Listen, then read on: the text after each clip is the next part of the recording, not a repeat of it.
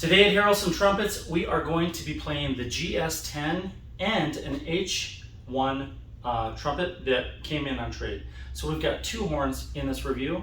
I'm going to go kind of quick. We're going to start with the H series. So this was a limited edition that we offered not too long ago, really. It's an H1 LR3. H1 means it's an H series. It has the drawn H1 lead pipe, and this lead pipe is in red brass or a bronze, and so is the 3R bell. So you can see they both match in that kind of patina. See how it's darker here?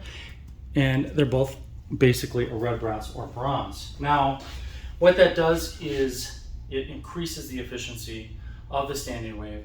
If you want to know more about standing wave efficiency, I have lots of videos and blog entries at yharrelson.com or here on YouTube, and you can learn how we can keep the integrity of the sound wave to its maximum so we get maximum bell resonance. So we essentially prevent the energy inside the wave itself from transferring into vibration. And the red brass and bronze options do that very well. This one does have the VGR on it. And I'll say this, it's uncommon for me to have instruments in the $3,000 range, but both of the instruments we're showing today are under $3,000. It's kind of unheard of, especially in 2023, to have Harrelson trumpets at that price. However, this one's used, even though it's in pretty good shape. Price came down, just there's a little depreciation there, and it was a custom order. And then the other one you'll see is a custom order, but it's a GS horn. So let's play this.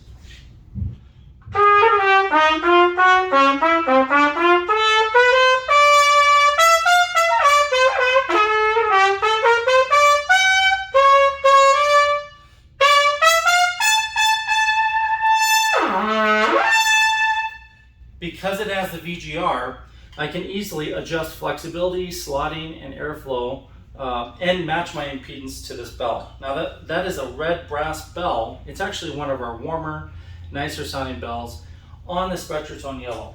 Let's try it with the Spectratone blue, which is designed to be a medium dark mouthpiece.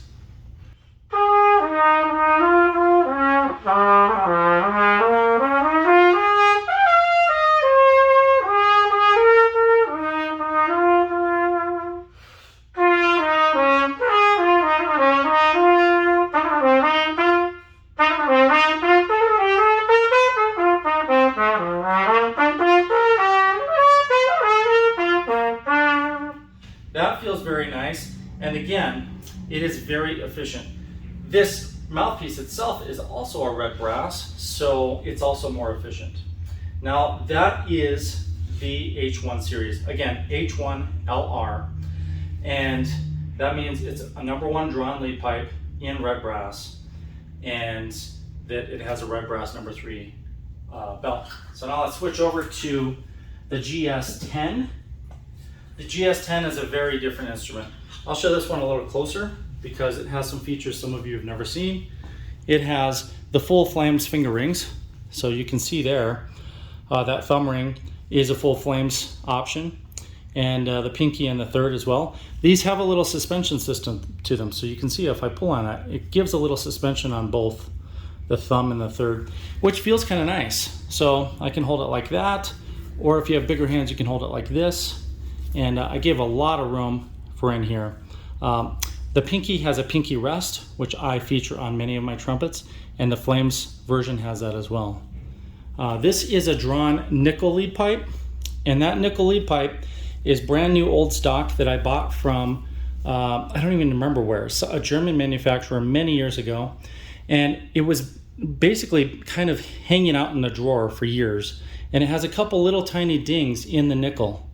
And because it has those little tiny dings, the price on this horn went down by like $1,000. So if you can live with those little dings in this lightweight nickel lead pipe, it was designed for lead and commercial, then you're gonna save $1,000, because normally this horn would sell for over $4,000. It also has the cylindrical grooves bottom caps, which have been copied by some other manufacturers over the years. But we came out with these probably like 10 or 12 years ago. It says GS10 right here, Harrelson on the top brace. It's got the round tuning slide, the vertical Amato water keys. They both have them just by chance. And these are the last two horns that will have them. I bought those from a manufacturer. I tried 10 sets, and we're going to retire them now. So this also has one of our zero gap receivers, and you can read more about that on our website. Enough talking. I want to tell you, this is another red brass bell. It's the same bell as on the other horn, but it's going to sound very different because this lead pipe is designed for lead and commercial. This is my dark Spectratone blue.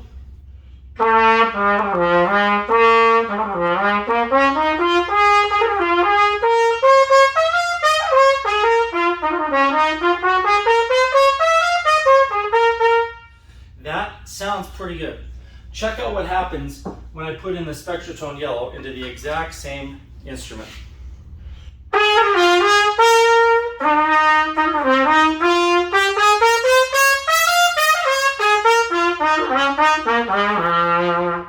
It is now a big, bright, brilliant, vibrant horn, and this is a killer lead horn.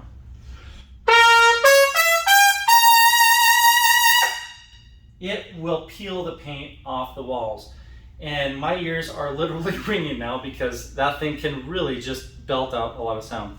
The amount of resonance you get in a bell that's braced like this is tremendous. The lead pipe is specifically designed for lead work, which means it was really hard. It's designed to be really hard material, nickel is, and it also is a very small taper, which is a lead pipe I did use many years ago for a couple other lead horns.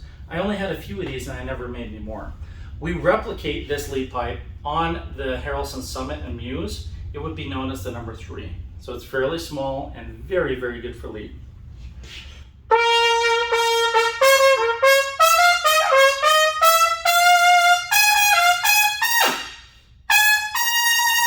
Yeah, it just belts out if you want it to. Now let's see if I can calm it down just by stepping off the gas a little bit.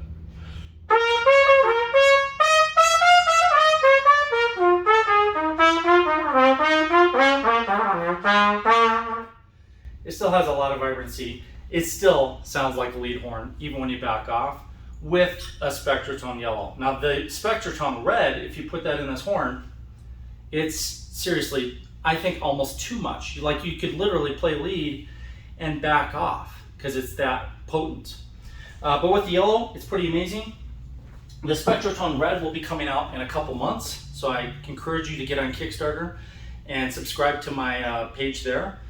And if you're interested in the GS9 or the H1 limited edition, then I would jump on my website right now because these horns are literally going to sell right away, probably as soon as this video goes up, because I know there are people asking and waiting for both of these horns to go on our website. Today is Friday, they're going up today. All right, thank you, and I'll see you guys next time.